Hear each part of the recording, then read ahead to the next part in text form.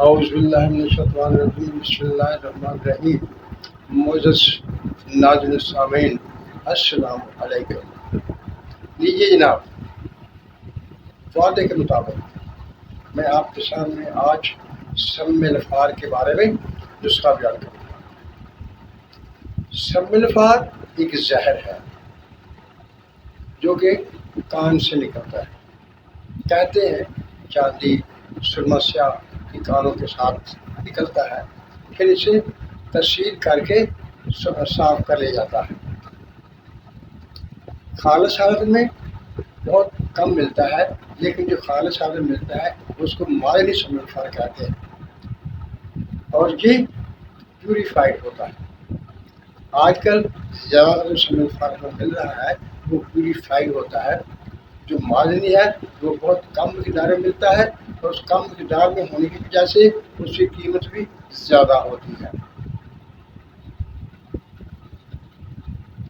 سم الفار کے مختلف نام ہیں، جسے سینکھیا بھی کہتے ہیں، مرگ موش بھی کہتے ہیں، سم الفار بھی ہے اس کا نام۔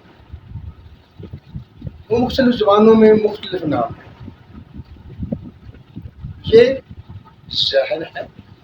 خالص ہونے کی صورت میں اس کی مقدار خوراک ایک چاول کا 16واں حصہ ہے، اور اس کے ساتھ دودھ گھی کا زیادہ استعمال کرنا پڑتا ہے۔ اس کا مزاج گرم خشک بتایا جاتا ہے۔ اس کا استعمال افزائش خون کے لیے کیا جاتا ہے۔ اس کے استعمال سے خون میں سروجسیموں کی تعداد بڑھ جاتی ہے، پٹھوں کو، اعصاب کو طاقت دیتا ہے، بلغمی امراض کا خاتمہ کرتا ہے۔ یعنی یہ ایک مقوی کے طور پر طاقت کے لیے استعمال ہونے والی دوا ہے۔ اگر اس کو احتیاط سے استعمال کیا جائے تو یہ کینسر تک کام کرتا ہے، لیکن کسی طب میں کوئی مروجہ طریقہ کار نہیں ہوتا اس کو بنانے کے لیے۔ ہر شخص اپنے تجربے کے مطابق، اپنے طریقہ کار کے مطابق اس کو بناتا ہے، اور اپنے ہی مخصوص طریقہ کار سے اس کو استعمال کراتا ہے۔